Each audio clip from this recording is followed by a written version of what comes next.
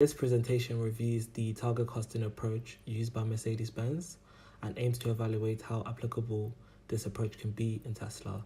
So what is target costing? According to scholars such as Anne Maria and Clifton Brandon, target costing can be viewed as a proactive cost management tool that originated in Japan. It's used to help to reduce the total cost of a product over its complete life cycle through production, engineering, research, and design.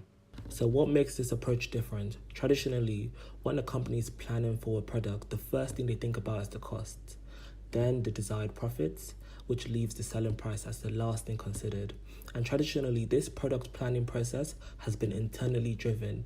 But the problem with this approach is that it doesn't consider what our competitors are doing. So with the target costing approach, the first thing that we review is the selling price. This could be done by conducting a customer or market analysis to understand what our current competitors are selling their price for and what our customers are willing to pay. And then we review our profits as the second item to maintain a profitable margin. And finally, the cost. So this is understanding and reviewing the cost structure required to achieve our desired profit margins. Next, this diagram. From this, we can see the different stages of target costing. From the left, we can see an evaluation of the market-driven costing to set the selling price, analyze the market conditions, and then set a target profit margin. Next is the product-level target costing, which looks at a range of activities such as the current costs, strategic cost reduction challenges, and the target cost to understand our internal processes and capabilities. And finally, the component level target costing. This looks at the functional level target costs, the supplies, and the component level target costing. What are the advantages of target costing? First of all, it facilitates profit margin management across various products. Secondly, it refocuses our attention away from internal cost management to external issues of customers and competitors, which justifies the strategic management accounting approach. And finally, cost optimization.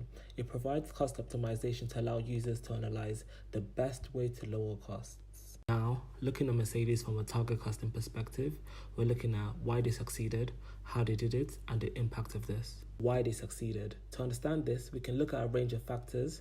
Firstly, Mercedes was established in 1926, and as a result, they have invaluable experience in understanding the automobile industry. The advantage of this target costing is they understand the various market conditions and can provide a market-driven costing approach. Following that, they also have global expertise, and as a result, they're able to provide optimized functional level target costing. And finally, a key factor is they benefit from economies of scale. So as a result, they have bargaining power of suppliers, extensive resources and technological advancements to improve efficiency in the production and delivery process. To understand this further, we decided to look at it from a multi-dimensional perspective. We needed to understand what they were doing internally. So essentially, they've integrated a high level of customer orientation into their design process, and as a result, they're able to optimize value for their clients while minimizing costs. Following that, they also operate a cross-functional team, which includes cost planners, design engineers, system suppliers, and marketing professionals. This allows them to evaluate a product from different perspectives to enhance the production plan and process. They also have an in-depth focus on the product and process design. For example, when building the M-Class, they made an early decision to reduce the cost of value added from an average of 40 to 45% to about 20 to 25%. Additionally, they also operate a price-led costing. By reviewing the NPV sensitivity to the product, they've been able to mitigate the cost risk. In addition to that, they also operate an accounting system that serves as a control mechanism in ensuring that actual production costs meet target costs. This improved the quality, speed, and efficiency while reducing costs. Mercedes were able to increase their market share with the production of the M-Class, and they were also able to sell the M-Class for a profitable range. Tesla has been a pioneer firm by integrating emerging technologies with sustainable products. But with the Model 3, the company is currently undergoing a series of problems from the production to the quality to the customer satisfaction. So what problems are they facing? Firstly, the Model 3 was Tesla's first mass production of electric cars at an affordable price, and this was a very difficult objective. So they faced production difficulties. Elon Musk had aimed to produce over 5,000 cars per week, but at the start of production, they were producing only over 2,000 cars per week, which Elon Musk had described as production hell. As a result, they had delivery issues and had to increase their delivery estimates to 3 to 6 months more than what was previously stated. Secondly, they didn't have an effective balance of automation. When building the Gigafactory, they incorporated an intensified level of automation and technology. The problem with this was they had overcomplicated the process and had integrated too much automation that wasn't necessary, and this was a problem even Elon Musk had tweeted about. Another problem was the cost structure of the car.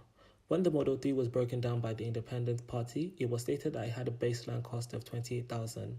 Now, looking at it from a multidimensional perspective, when the Model 3 was displayed, it was stated it would be available for $35,000, but this was not the case as it had a starting price of $53,000. Tesla's inability to meet the target cost could be as a result of a wide range of other expenses being incurred by the company, such as new automation investments, one-off costs, and investment in the Gigafactory, which is estimated to be the biggest building in the world by footprint when finished. To understand why Tesla is currently having problems with the Model 3, we can take a look at a variety of elements of the company. Firstly, the CEO, Elon Musk. Elon Musk is innovative driven and is having challenges balancing sustainable innovation with cost-driven incentives. Secondly, the vertical integration, which means intensified component production is done in-house by Tesla. This is rare in the automobile industry as typically companies outsource 80% of their component production to suppliers and focus on the engine manufacturing and final assembly. Finally, external factors. Tesla is currently undergoing a lot of media pressure. In 2018, Tesla stated that they shut down production of the Model 3 for a few days and received a high level of negative reaction and media pressure. And as a result, I believe the company is struggling to deal with this pressure.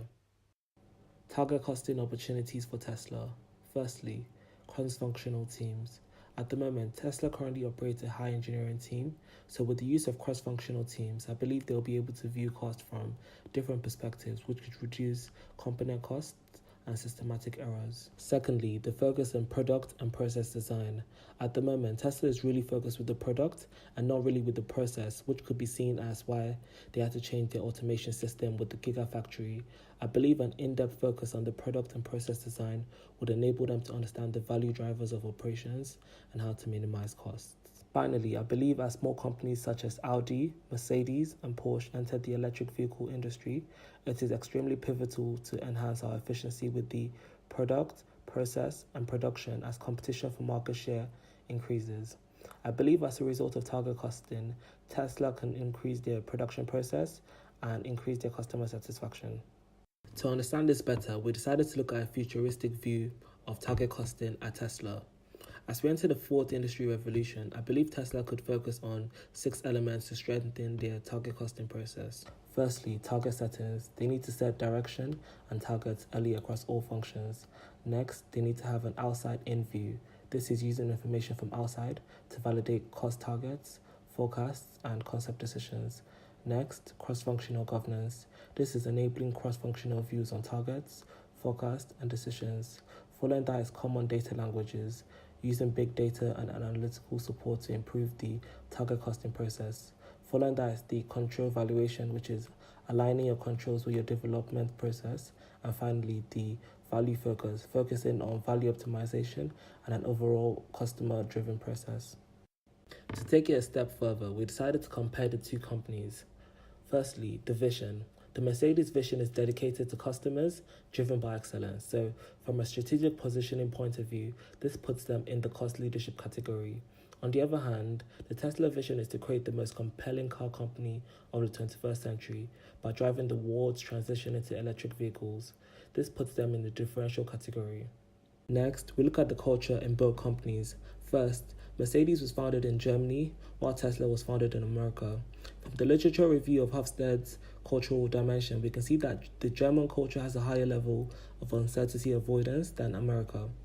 Also, the individualism culture is higher in America than in Germany. As a result, factors such as this can influence the target costing strategies, such as cross-functional teams and the focus on product and process design. Finally, economies of scale. Due to the longevity in the automobile industry, as well as the extensive abundance of resources, Mercedes is able to enjoy a higher level of economies of scale compared to Tesla. As a result, they can be more efficient with their production, they have better negotiation power, and more brand recognition. This research was limited to 2 companies and as a result does not show the overall evaluation of target costing in the automobile industry.